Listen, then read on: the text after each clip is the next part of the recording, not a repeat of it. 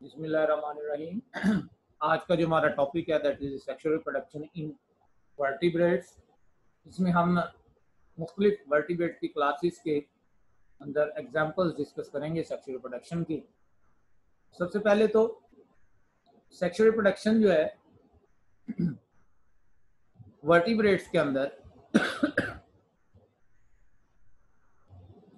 First animal के अंदर sexual reproduction जब स्टार्ट हुई वहाँ पर प्रिजर्वेशन थी मेल और फीमेल गैमेट्स की। बेसिकली सेक्सुअल रिप्रोडक्शन की एवोल्यूशन ही मेल और फीमेल गैमेट्स की प्रिजर्वेशन से स्टार्ट हुई। गैमेट्स प्रिजर्व किए गए और उन प्रिजर्व गैमेट्स को यूनाइट करके जाइगोट बना के उससे आगे कंटिन्यूटी हुई न्यू लाइफ में। तो वर्टिब्रेट एवोल्यूशन जो है उसके दूसरी जानब बड़ी क्लोज लिंक है रिप्रोडक्टिव बायोलॉजी के ऊपर, सेक्सुअल बिहेवियर के ऊपर।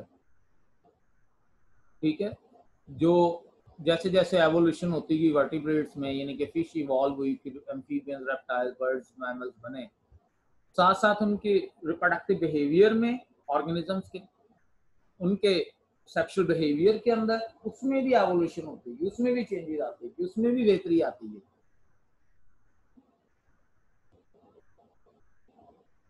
बहुत सारे वर्टिब्रेट्स के अंदर जो ड्राइव टू मेट है, मैटिंग, ठीक है, ये आगे रिप्रोडक्शन को स्टार्ट करती है। सबसे पहले मतलब गैमेटोजेनेसिस तो हो गई ना, गैमेट्स बने, लेकिन अब वो गैमेट्स फ्यूज कैसे होंगे, नेक्स्ट मिलेंगे कैसे? मैटिंग से। तो मैटिंग की जो ड्राइव है, जिसके पीछे पूरा एक हार्मोनल कंट्रोल है, पूरे इमोशंस है, बिहेवियर है पूरा एक, तो ये जो ड्राइव टू मैट है इसने आगे जो है वो रिप्रोडक्शन, बहुत सारे वर्टिब्रेट्स में रिप्रोडक्शन का जो ये सबब बनती है, स्ट्रॉन्ग ड्राइव टू मेट। जैसे अगर हम बात करें सैल्मन फिश के अंदर जो स्पॉनिंग पीरियड है उसके अंदर ड्राइव टू मेट, और इस तरह से जो रटिंग बिहेवियर है बुल का, एल्क डियर का, ठीक है, उसमें भी आप देख लें कि किस तरह वो स्ट्रॉन्ग उनके अंदर ड्राइव है पार्टी मैटिंग, बहुत शदीद ख्वाहिश है मैटिंग। जो फीमेल मेमिलियन स्पीशीज है पर्टिकुलरली, उनके अंदर एक एक्टिविटी है that is the estrus cycle that come into heat, that come into desire of mate। Females के अंदर periodically, ह्यूमन फीमेल में periodically है, और अदर देन ह्यूमन फीमेल बाकी जो मेमिलियन मेल है उसमें सीजनल है, सीजन के साथ लिंक करते हुए ईच ईयर, और बाद में ईयर में ज्यादा टाइम पे भी। ठीक है, तो उनके अंदर जैसे ही एग प्रोड्यूस होता है, उस एग को फर्टिलाइज करने के लिए, यानी कि ओव्यूलेशन के साथ रिलेट हैं कुछ फीचर्स। तो जैसी ओव्यूलेशन होती है फौरन उनके जिस्म में फिजियोलॉजिकल चेंजेस आती हैं, और उन चेंजेस की वजह से फीमेल ऑन हीट, यानी कि ऐसे फील होता है कि जैसे she is an extreme desire to mate. और ये उनका जो पीरियड होता है जिसमें वो एस्ट्रस साइकिल में एस्ट्रस यानी कि ऑन हीट कंडीशन पे हैं, उस वक्त अगर मैटिंग होगी तो फर्टिलाइजेशन होगी, और फर्टिलाइजेशन के नतीजे में आगे डेवलपमेंट स्टार्ट होगी। जेनेटिक, हार्मोनल, नर्वस, ये सारे कंट्रोल है एस्ट्रस साइकिल के। ठीक है, और इसकी वजह से जो एस्ट्रस साइकिल का जो ड्यूरेशन है, जो पीरियड है, जो टाइम है, वो बहुत ज्यादा लिंक है एनवायरमेंटल कंडीशन के साथ, ताकि जब एस्ट्रो साइकिल के बाद फर्टिलाइजेशन होकर डेवलपमेंट हो जाए, डेवलपमेंट के बाद जब बर्थ हो यंग वन की, तो उस वक्त आइडियल सिचुएशंस हो एनवायरमेंट में सर्वाइव करने। ठीक है, तो इसलिए इनके अंदर जो फीमेल्स हैं, मेमिलियन फीमेल स्पीशीज, उनके अंदर एस्ट्रो साइकिल ये इंपॉर्टेंट चीज है। और अदर देन ह्यूमन इसमें देखें तो मेमिलियन फीमेल्स में आपको एस्ट्रो साइकिल नजर आएगा, लेकिन ह्यूमन में एस्ट्रो साइकिल नहीं। हम यहाँ पर अब कुछ रिप्रोडक्टिव स्ट्रेटजीज डिस्कस करते हैं मुख्तलिफ वर्टिब्रेट्स के ग्रुप्स के अंदर कि वो क्या क्या उनके अंदर स्ट्रेटजीज हैं फॉर द सेक्सुअल रिप्रोडक्शन, और फिर हम एग्जांपल्स भी बाद में डिस्कस करेंगे। पहले हम स्ट्रेटजीज की बात करते हैं। स्ट्रेटजीज में हम वर्टिब्रेट्स में सबसे पहले हम बात कर लेते हैं फिश की। ठीक है, फिशेस के अंदर बहुत ज्यादा पोटेंशियल है रिप्रोडक्शन की। ठीक है, millions of eggs, thousands to millions of eggs and sperms annually. अब ये जो इतनी ज्यादा इनके अंदर पोटेंशियल है, इस पोटेंशियल की वजह से बहुत ही ज्यादा तादाद में एग प्रोड्यूस होते हैं, फर्टिलाइज भी होते हैं और वो डेवलप भी होते हैं, लेकिन एनवायरमेंटल थ्रेट बहुत ज्यादा है। फिश के अंदर ये जो रिप्रोडक्टिव मेथड हैं, स्ट्रक्चर्स हैं, इसकी जो फिजियोलॉजी है, ठीक है, वो एक्वाटिक कंडीशन के अंदर बहुत ज्यादा तादाद में रिप्रोडक्शन करने का जो है वो आगे सबक तो बन जाती है, लेकिन आगे पेरेंटल केयर नहीं है, बहुत रेयर। सर्वाइवल जो है यंग वन का, उसको थोड़ा सा प्रॉब्लम्स आती हैं, प्रेडेटर का इफेक्ट है, कुछ दूसरे फैक्टर्स हैं वो ज्यादा हैं। तो उनसे बचने के लिए फिश ने स्ट्रेटजीज ये बनाई हुई है कि लाखों की तादाद में एग ले करो, उसमें हजारों भी फर्टिलाइज हो गए और उसमें सैकड़ों भी बच गए और उसमें चंद भी अडल्ट तक सर्वाइव कर गए, तो वो आगे दोबारा स्पीशी को मेंटेन कर देंगे। ठीक है, ये इनके अंदर स्ट्रेटजी है कि बहुत ज्यादा तादाद में गैमेट्स प्रोड्यूस करते हैं। एम्फीबियंस, उनके अंदर प्रोडक्टिव स्ट्रेटजी थोड़ी सी डाइवर्स है। एम्फीबियंस के तीनों ऑर्डर्स अगर हम देखें, जैसे हम बात करें उसमें फ्रॉग भी आ जाते हैं, सैलेमेंडर भी आ जाते हैं, सिसिलियंस भी आ जाते हैं। ठीक है, एग्जांपल्स में ये सारे के सारे तीनों ऑर्डर से बिलोंग रखने वाले एनिमल्स, सब के सब रिप्रोडक्शन के लिए पानी में आते हैं। ठीक है, रिप्रोडक्शन के लिए खुशकी के ऊपर जाएंगे भी, but they need water for the reproduction. इसमें जो ए न्यूरॉन्स है ना, जिसमें फ्रॉग और टोड आते हैं, उसके अंदर ज्यादा वैरायटीज हैं, उसको भी हम डिस्कस करेंगे, ज्यादा अडेप्टेशन है। तो खैर, पानी के अंदर ये रिप्रोडक्शन करते हैं, खुशकी के ऊपर आ सकते हैं, लेकिन अभी खुशकी के ऊपर इन्होंने रिप्रोडक्शन शुरू नहीं की। ठीक है, तो इनके अंदर ये एक लिंक आ गया एवोल्यूशन का कि खुशकी के ऊपर आके रह तो रहे हैं, लेकिन अभी ये रिप्रोडक्शन पानी में कर रहे हैं, पानी के ऊपर डिपेंडेंट है ये। ठीक है, तो ये जो रिप्रोडक्टिव अडेप्टेशंस हैं इनके अंदर, इनको ये ख्याल किया जाता है these are pioneer evolutionary experiments in consequence to terrestrial environments by vertebrates. Terrestrial environment की जाने के लिए इनके अंदर जो अडेप्टेशंस हैं, यानी कि अब एग की प्रोटेक्शन बढ़ानी शुरू कर दी है। ये जो एम्फीबियंस हैं, एम्फीबियंस ये बेसिकली क्या करते हैं, पिगमेंटेशन कर लेते हैं अपने एग्स की। ठीक है, और ये प्रोटेक्शन है, एग्स की प्रोटेक्शन है, सबसे ज्यादा प्रोटेक्शन ट्रस्टियल एनवायरनमेंट में होती है। ठीक है, तो अब ये वाला जो ट्रेट अगर हम देखेंगे तो इससे हम ये कह सकते हैं कि ये तो ट्रस्टियल एनवायरनमेंट की जानब जाने के लिए तैयारी है। ठीक है, तो इसका मतलब है कि एम्फीबियंस के अंदर ये जो एवोल्यूशनरी अडेप्टेशंस हैं, ये बेसिकली एक इम्पॉर्टेंट इनोवेशन है, एक इजाफा है, किसकी जानब आगे हम डिस्कस करेंगे, ओविपैरिटी एंड विविपैरिटी एंड ओविपैरिटी ट्रस्टियल एनवायरनमेंट के अंदर आने के लिए उस जानब। ये अर्लियर स्टेप है ताकि इन फ्यूचर ये प्रोटेक्शन और बढ़ाई जा सके और आहिस्ता आहिस्ता जो वो प्रोटेक्टेड एग ले किए जा सकें, जैसे रेप्टाइल्स और बर्ड्स में होता है।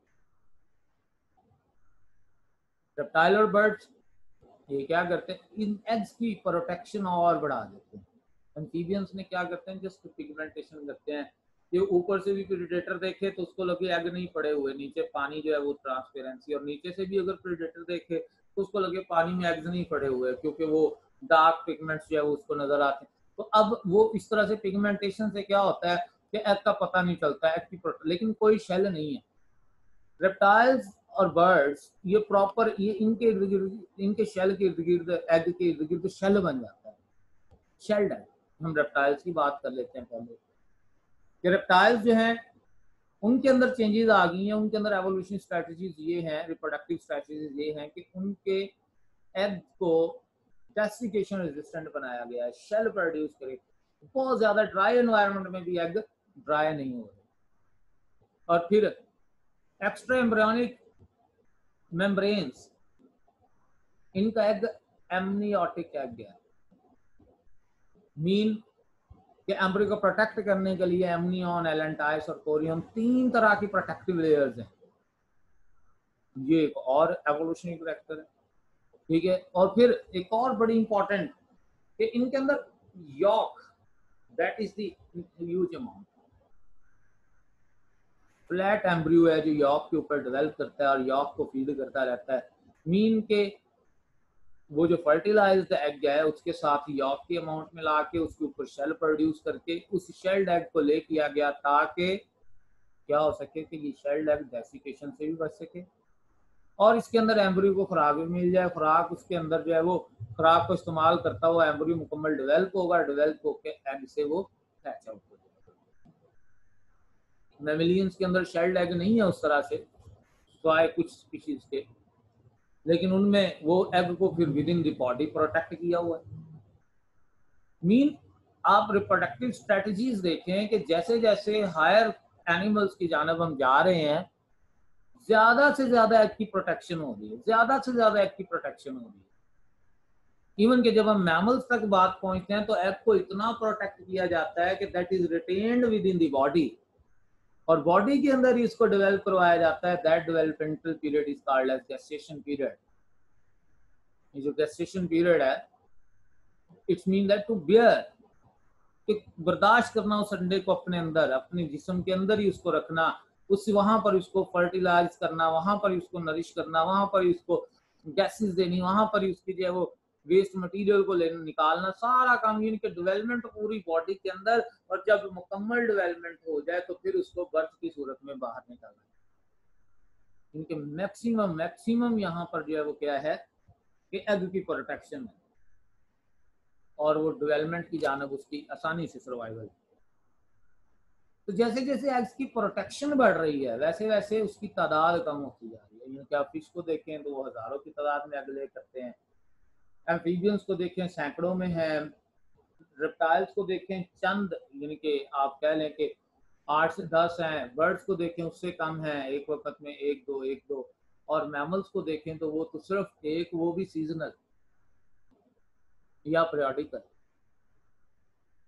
इट्स मीन दैट कि एग की तादाद बढ़ती चली जा रही है और प्रोटेक्शन, एग की तादाद कम होती चली जा रही है एवोल्यूशनरी ट्रेंड में, और प्रोटेक्शन एग की बढ़ती चली गई। सबसे ज्यादा प्रोटेक्शन मैमल्स ने दी हुई है कि एग को जिस्म के अंदर ही रखा, वहां ही फर्टिलाइज किया, वहां ही डेवलप किया, तो कंप्लीट डेवलपमेंट के बाद उसको हैच, उसको बर्थ की सूरत में जिस्म से वो ऑर्गेनिज्म जो है वो निकला, और उसके बाद फिर भी प्रोटेक्शन जब तक वो बड़ा नहीं हो जाता तब तक पेरेंटल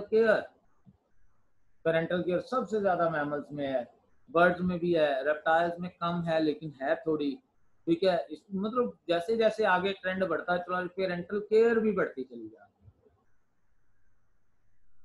ठीक है। तो बर्थ के बाद तो मैमल्स जो हैं वो अपने यंग वन को फीड भी करवाते हैं मेमोरी ग्लैंड से, जैसे मोस्टली प्राइमेट्स में भी है, दूसरे कैटल्स वगैरह भी आप ऑब्जर्व करते हैं, मैमल्स जो है वो फीड करवाते हैं यंग वन। जो एप्स और मंकीज हैं वो एसिंक्रोनस ब्रीडर्स हैं, mean through out the year कभी भी उनमें ब्रीडिंग हो सकती है, ठीक है। जो मोस्टली जो फीमेल मैमल्स हैं वो जब उसी वक्त मैट करती हैं जब वो एस्ट्रस कंडीशंस में ऑन हीट हो।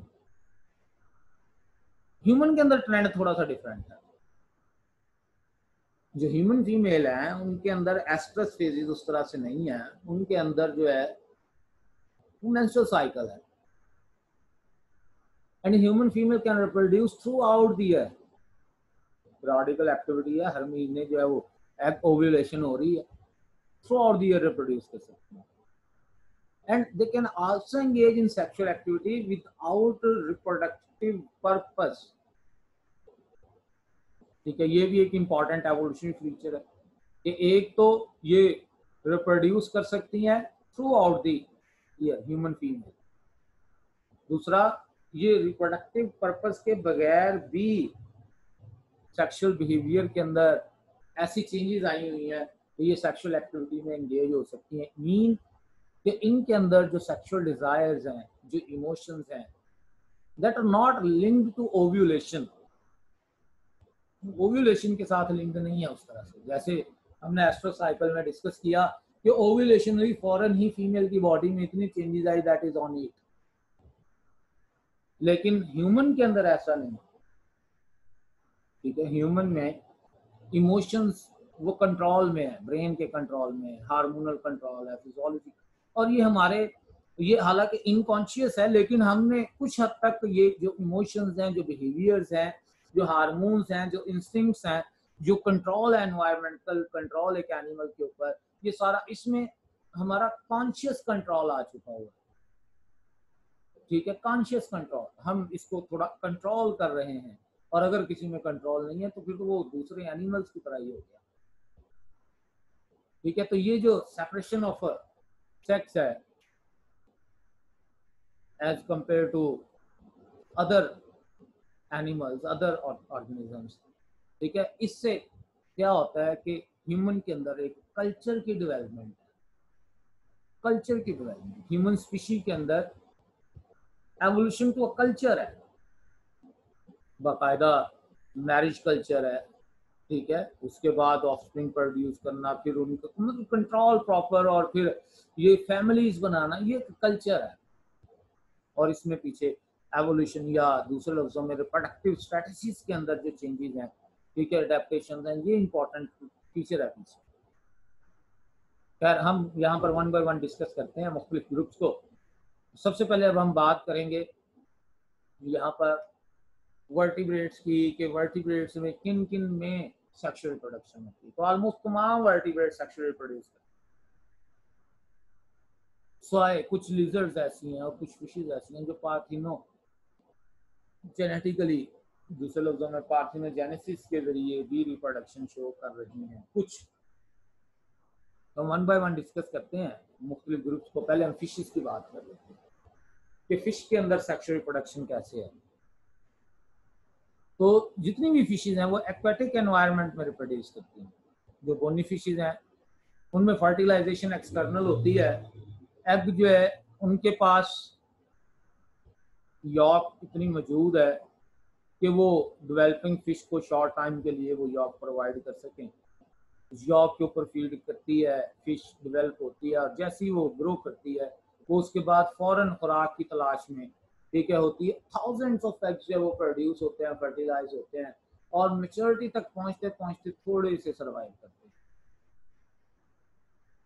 ठीक है, उसकी रीजन बहुत सारे infection, bacterial infection, fungal infection, ठीक है, सिलेटेशन हो सकती है, उसके अलावा कुछ प्रेडेटर्स का इफेक्ट है, तो ये काजेज है। एग्स की सर्वाइवल रेशियो कम है, बहुत ज्यादा एग जो है वो वैसे ही डिस्ट्रॉय हो गया। ठीक है, तो ये रिप्रोडक्टिव सक्सेस करने के लिए इन्होंने क्या किया है, ज्यादा से ज्यादा एग प्रोड्यूस किया, और बहुत थोड़े ही टाइम में वो एग फर्टिलाइज होके यंग वन तक जो है वो पहुंच जाती है। जो एम्फीबियंस है, एम्फीबियंस चूंकि खुश्की के ऊपर इन्होंने रहना शुरू कर दिया है, ठीक है, ड्राई होने का इनको थोड़ा सा खतरा है, लेकिन इनके गैमेट्स जो हैं वो क्या करते हैं, ये पानी में, ठीक है, या बिल्कुल पानी के करीब, ठीक है, क्यों, क्योंकि ये डेसिकेशन से बचते हैं। ठीक है, पानी में ये बहुत ज्यादा मॉइस्ट प्लेस पे, मेनली पानी के अंदर।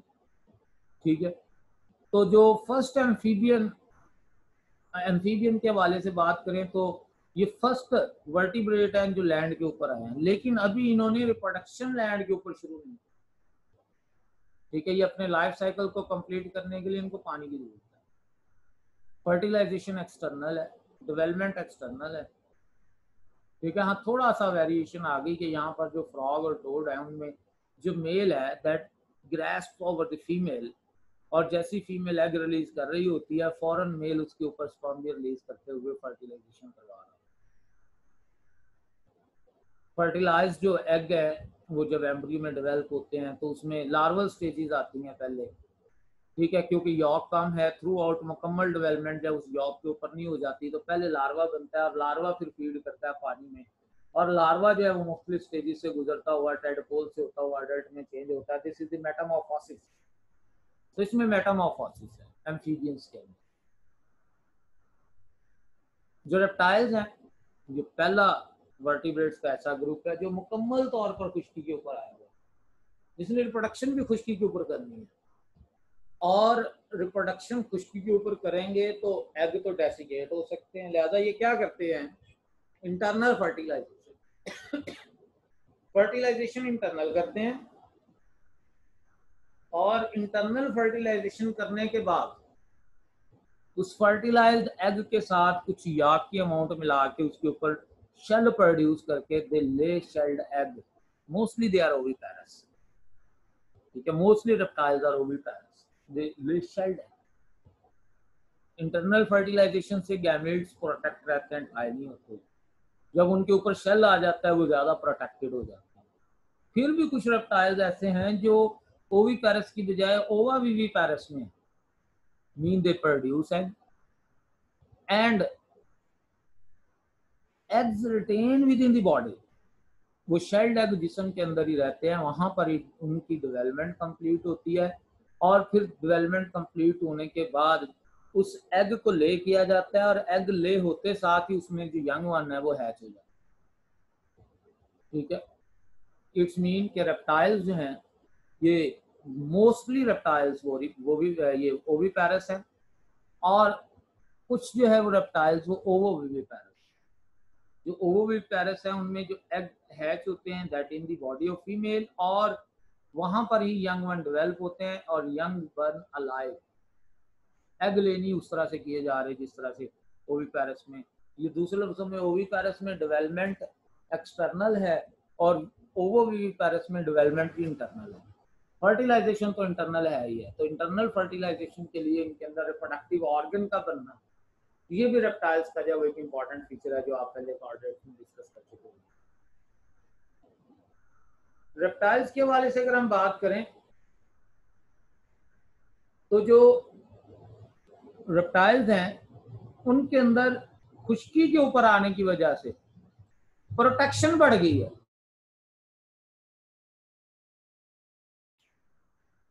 प्रोटेक्शन बढ़ गई हुई है। बर्ड्स में देखें ये प्रोटेक्शन और ज्यादा है। बर्ड्स ये प्रोटेक्टेड एग प्रोड्यूस करने के साथ साथ, चाइल्ड एग प्रोड्यूस करने के साथ साथ ये क्या कर रहे हैं कि ये पेरेंटल केयर भी दे रहे हैं साथ, वो एग ले करने के बाद उनको इंक्यूबेट भी कर रहे हैं साथ। तो बर्ड्स के अंदर कुछ अडेप्टेशन है उसको हम डिस्कस करते हैं कि एक तो मोस्ट ऑफ बर्ड्स के अंदर स्वाय चंद एक वाटरफॉल्स के अलावा पिनिस नहीं है, ठीक है। तो जो मेल है वो प्लेका के थ्रू ही सीमन को डिपॉजिट करते हैं into female body, internal fertilization होती है फीमेल बॉडी के अंदर, वहां पर ही शेल्ड एग प्रोड्यूस होते हैं, फर्टिलाइज उसके अंदर जो है एग है साथ में यॉक है, और वो ले करके उसको इंक्यूबेट भी किया जाता है, और इंक्यूबेट करके उससे जो है वो आगे यंग वन प्रोड्यूस होंगे। इट्स मीन दैट कि रेप्टाइल से भी ज्यादा केयर, रेप्टाइल सिर्फ अपने एग को प्रोटेक्ट कर रहे थे, ये उन एग को ले करने के बाद भी प्रोटेक्ट कर रहे हैं। मोस्टली बर्ड्स ये, बल्कि तमाम के तमाम बर्ड्स ये ओविपेरस है, ओविपेरस है, दे ले शेल्ड है, और ये शेल जो है ये ना सिर्फ उसको प्रोटेक्ट करता है बल्कि शेल के अंदर जो पोर्स है, लिटिल पोर्स, वो गैस एक्सचेंज में मदद देते हैं, और बर्ड्स उसको खुद ब्रूड करते हैं, इंक्यूबेट करते हैं। इनका जो बर्ड्स के ऊपर ब्रूडिंग पैचेस मौजूद होते हैं उनकी बॉडी में जिसके जरिए वो अपने जिस्म की हीट डायरेक्ट एग्स को देते हैं, और डेवलपमेंट जब होती है एग्स के अंदर तो यंग वन हैच होते हैं, जैसे ही वो हैच होते हैं ये उनको फीड भी करवाते हैं, उनकी प्रोटेक्शन भी करते हैं, और बाद ऐसे भी हैं जो फौरन ही हैच होने के बाद अपनी जो है वो फीडिंग खुद कर सकते हैं। तो एक्सटेंसिव पेरेंटल केयर ये बर्ड्स के अंदर पिछले तमाम ग्रुप्स की निस्बत ज्यादा है, और इससे भी ज्यादा है मैमल्स में।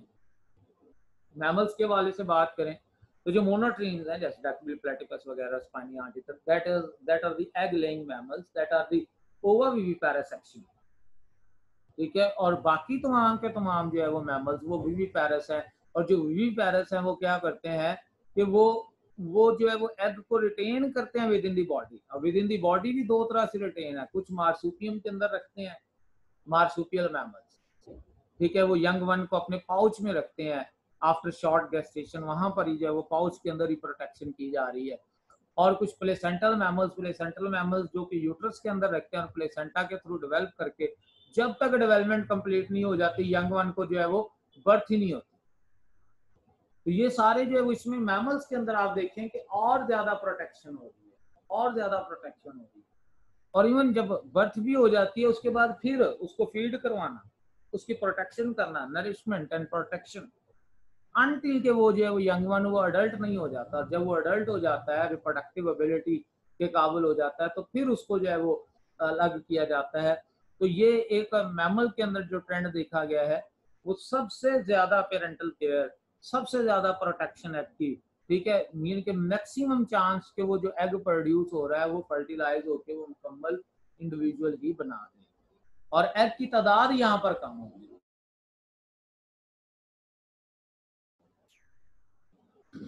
अब ये सारा इसमें आप देखें जो मेमिलियन रिप्रोडक्टिव बिहेवियर है, ठीक है, ये एवोल्यूशनरी ट्रेंड से और एतबार से आप देखें तो ये ह्यूमन स्पीशी की जानब एवोल्यूशन में देखें तो आपको बहुत ज्यादा अडेप्टेशन नजर आएंगी मैमल्स की, जो कि ह्यूमन कल्चर की जानब आगे एवोल्यूशन को लेके जा रहे हैं।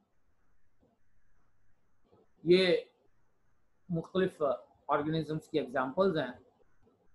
जैसे आप यहाँ पर देखें कि जो फ्रॉग है, ठीक है, उसमें जो फीमेल है वो एग ले करती है काफी ज्यादा अमाउंट में, और उसके ऊपर जो मेल है उसको ग्रेस्ट किए हुए है, वो मेल फौरन क्या कर रहा है कि उसको फर्टिलाइज कर रहा है उन एग्स को। रेप्टाइल्स में अगर आप देखें तो रेप्टाइल्स के अंदर नोट करें इंटरनल फर्टिलाइजेशन, ठीक है। इसी तरह से अगर आप बर्ड्स को देखें तो बर्ड्स ओविपेरस है और यंग वन को ये केयर कर रहे हैं।